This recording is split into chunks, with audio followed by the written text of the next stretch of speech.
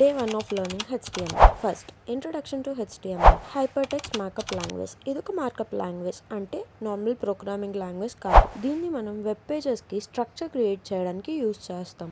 ఒక వెబ్ పేజ్కి కావాల్సిన videos, images అవన్నీ కూడా మనం HTMLలో ట్యాగ్స్ యూజ్ చేసి డిస్ప్లే చేస్తాం. First HTML opening and closing tag. దీన్ని మనం వెబ్ పేజ్ ఓపెన్ చేయడానికి అండ్ అలానే క్లోజ్ చేయడానికి స్టార్టింగ్ అండ్ ఎండింగ్లో యూజ్ చేస్తాం.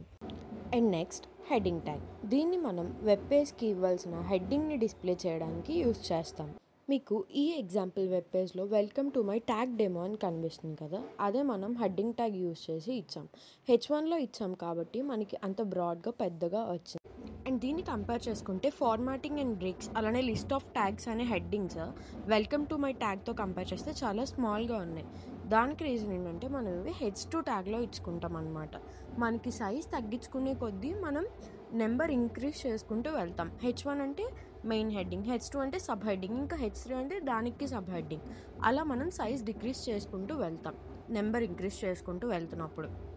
నెక్స్ట్ మనం సెంటర్ ట్యాగ్ చూద్దాం. సెంటర్ ట్యాగ్ అంటే ఇప్పుడు ఈ వెబ్ పేజ్లో చూడండి, మనకి welcome to my tag demo కింద సెంటర్లో సెంటర్ అని చెప్పి ఒక వర్డ్ వచ్చింది.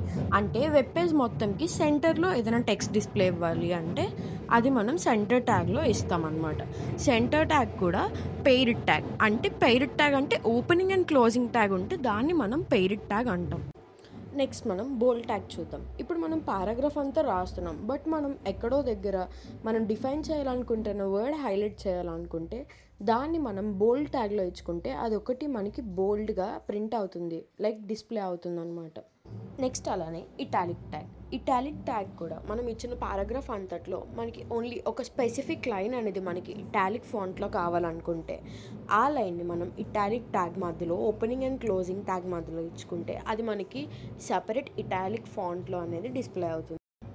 సో అన్నీ ఒకరోజు చదవాలంటే అవ్వదు కాబట్టి హాఫ్ ఆఫ్ ద ట్యాగ్స్ మనం ఇప్పుడు కంప్లీట్ చేసాం. రిమైనింగ్ ట్యాగ్స్ రేపు కంటిన్యూ చేద్దాం. అప్డేట్స్ కోసం సబ్స్క్రైబ్ చేసుకోండి.